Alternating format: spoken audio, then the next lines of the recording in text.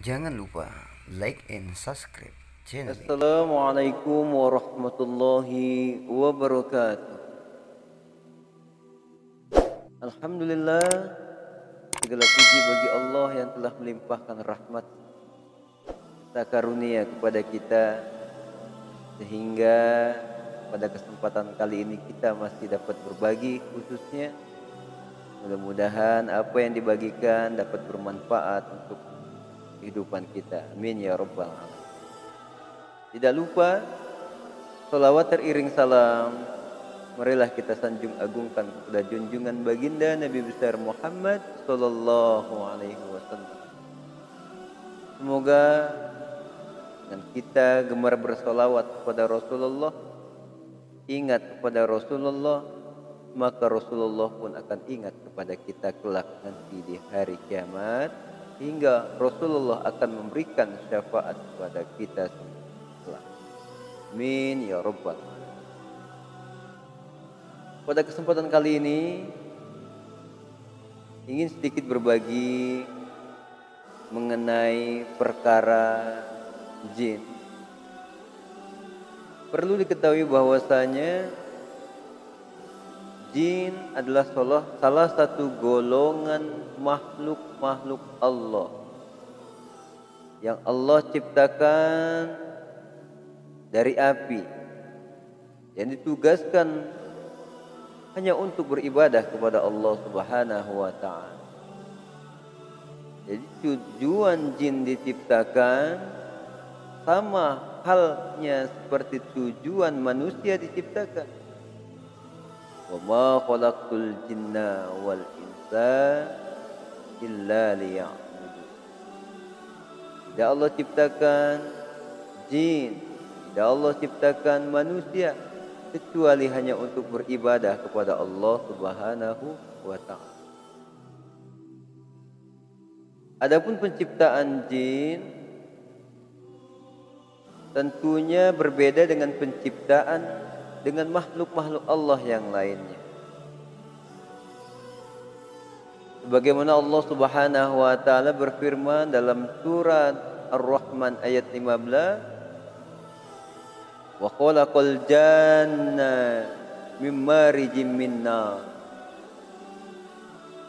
Dan Allah menciptakan jin yang terbuat dari api yang menyala-nyala. Kemudian Rasulullah sallallahu alaihi wasallam bersabda pula, "Khuliqatil malaikatu min nur wa khalaqal janna min marijim min nar wa khalaqa adama mimma usifala." Malaikat Allah ciptakan ia dari cahaya. Jin Allah ciptakan ia dari nyala api. Dan manusia Nabi Adam Allah ciptakan sama halnya seperti kita. Hadis riwayat Muslim. Jadi sudah jelas dari bahan materi penciptaannya saja berbeda dengan manusia, akan tetapi mempunyai tujuan yang sama, yakni beribadah kepada Allah. Ingat, ada kata ibadah kepada Allah. Tentunya hubungan kita sesama jin hanya sebatas sesama makhluk ciptaan Allah. Hanya sebatas makhluk ciptaan Allah saja yang ditugaskan hanya untuk beribadah. Maka ketika kita berhubungan kepada jin, hati-hati. Adapun ketika jin berhubungan kepada manusia juga hati-hati. Mengapa? Dijelaskan dalam surat Al-Jin, wa annahu kana rijalun minal insi ya'uduna birijalin minal jinni fazaduhum rohaqa. Dan bahwasanya ada segolongan manusia yang bekerja sama kepada golongan jin kecuali ia akan menambah kesesatan, keburukan untuk si manusia tersebut. Ini panduan agar supaya kita mau berteman hanya sesama golongan kita saja. Manusia berteman dengan manusia, cakep, pantas. Lah kalau manusia berteman dengan jin, fazaduhum rohaqo. Hati-hati, boleh jadi jin akan menyesatkannya. Ingat, tipu dayanya sangat banyak. Tipu dayanya sangat banyak. Maka hendaknya kita berhati-hati. Apapun kelebihan yang diberikan bangsa jin di mata manusia, wah, hebat, spektakuler. Sesungguhnya kemampuan itu di hadapan orang yang beriman biasa-biasa saja. Perlu diketahui bahwasanya jin itu hanya kuat dengan sesama pemujanya saja. Di hadapan orang yang taat, di hadapan orang yang bertakwa, di hadapan orang yang ikhlas serta bertawakal kepada Allah, jin enggak punya kekuatan apa-apa. Maka ketika kita menyanjung jin, sehingga kita bekerja sama dengan jin, jin dapat memberikan kekebalan, anti bacok, anti gores, anti karat, dan anti-anti yang lainnya. Jin pula dapat menundukkan sesuatu. Jangankan cewek cantik, nenek-nenek yang sudah lansia pun bisa kelepek-kelepek dengan adanya jin. Masya Allah. Tapi kemampuan itu sungguh bukan kemampuan manusia. Itu semua adalah kemampuan jin. Salah satu yang Allah berikan kelebihan kepada bangsa jin, yang pertama, jin dapat mencuri berita langit. Ketika ia mencuri berita langit, keburu disambar oleh panah apinya para malaikat, sehingga pencurian beritanya tidak sempurna, akhirnya ditambah-tambah. Bukan lagi dikurangi, ditambah-tambah. Satu kata benar yang ia curi dari langit, maka jin akan balut dengan 1000 kata kedustaan. Satu kalimat yang ia curi dari langit bukan dikurangi, akan tetapi ditambah oleh setan, oleh jin dengan 1000 kata kedustaan. Maka hati-hati mengambil informasi dari gaib. Hati-hati mengambil informasi dari jin. Jarang sekali jin yang lillahi ta'ala ikut bekerja sama dengan manusia mensukseskan kehidupan bangsa. Jarang lillahi ta'ala. Semua butuh ongkos. Semua butuh ongkos. Iya, memang jin enggak minta harta kita, bahkan dia bisa memberikan harta. Boleh jadi dengan jalan pesugihan, ritual-ritual khusus. Jin enggak minta kedudukan kita, bahkan jin bisa memberikan dan memperkokoh kedudukan kita. Tapi satu yang diminta oleh jin dari kita, satu yang diminta jin dari manusia. Apa permintaannya? Gadaikan keimananmu, maka kita siap bekerja sama. Wani piro, mau nggak gadain keimananmu? Kalau mau, ya deal, kita kerja sama. Kalau nggak mau, ya sudah. Maka orang-orang yang lemah imannya, orang-orang yang jatuh imannya, maka ia akan gadaikan keimanannya dengan sesuatu yang sangat murah. Ingin cepat kaya, kerja sama dengan jin. Ingin mendapatkan kedudukan, dia sikut atasannya agar kedudukannya ia gapai, kerja sama dengan jin. Seolah-olah dengan kerja sama dengan jin, ia semakin kuat, ia akan berjaya. Tidak, semakin rapuh keimanannya, maka semakin takut ia akan kedudukannya. Orang yang kerja sama dengan jin bukan tambah berani, tambah takut. Seperti pembahasan kita yang kemarin, ketika kita menyandarkan diri kepada tembok, takut harapan tembok itu akan runtuh.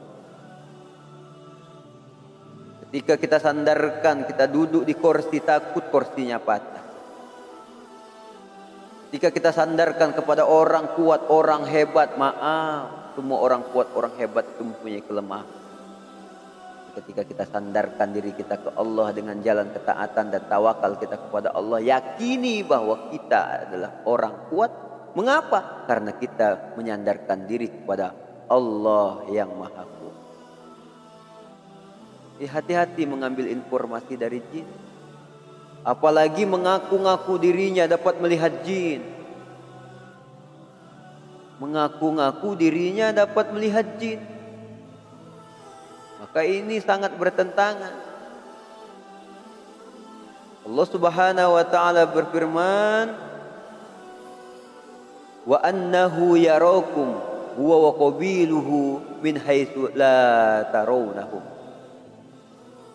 Sesungguhnya setan, jin dan bala tentaranya dapat melihatmu dari suatu tempat dan engkau tidak dapat melihatnya. Ini dasar mengapa orang tidak sanggup melihat jin. Karena yang namanya jin secara bahasa artinya tersembunyi, tertutup dari pandangan manusia. Tanda tanya besar manakala manusia dapat melihat jin. Tanyakan langsung kepada orang yang melihat jinnya. Siapa jin yang ada di tubuhmu? Siapa jin yang ada di tubuh si ustadz? Siapa jin yang ada di tubuh orang-orang yang dapat melihat jin?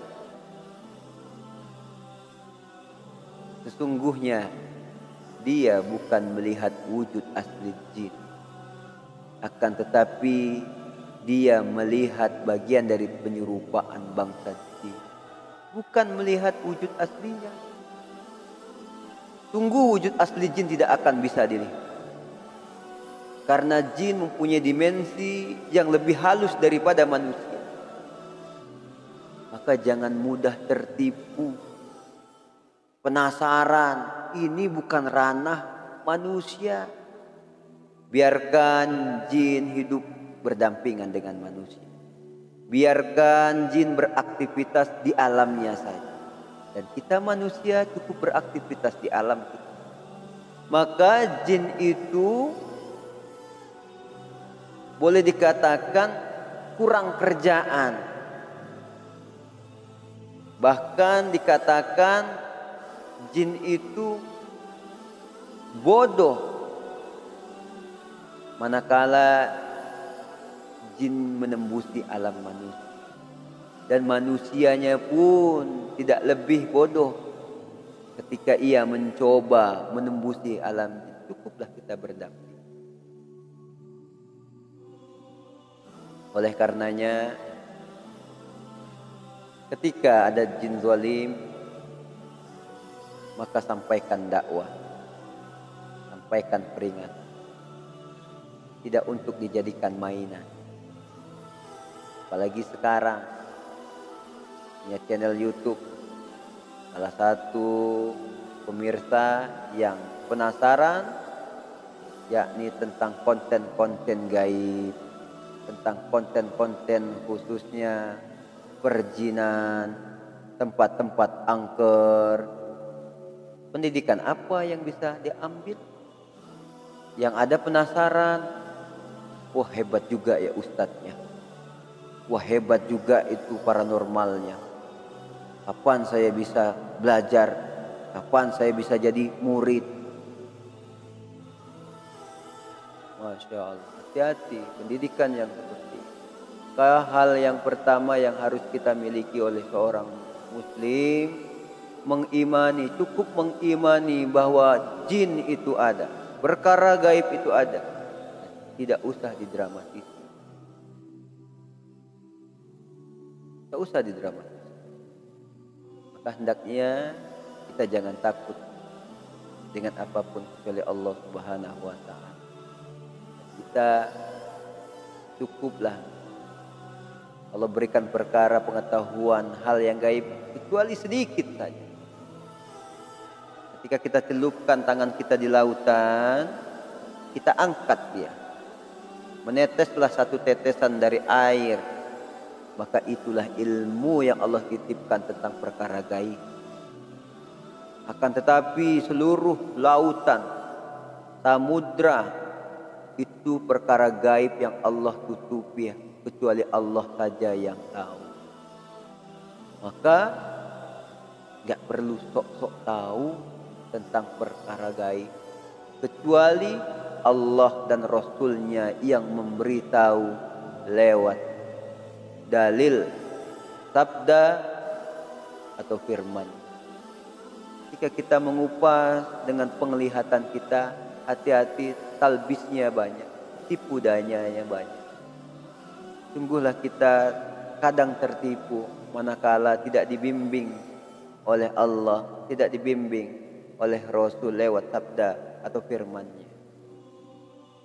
Maka hendaknya kita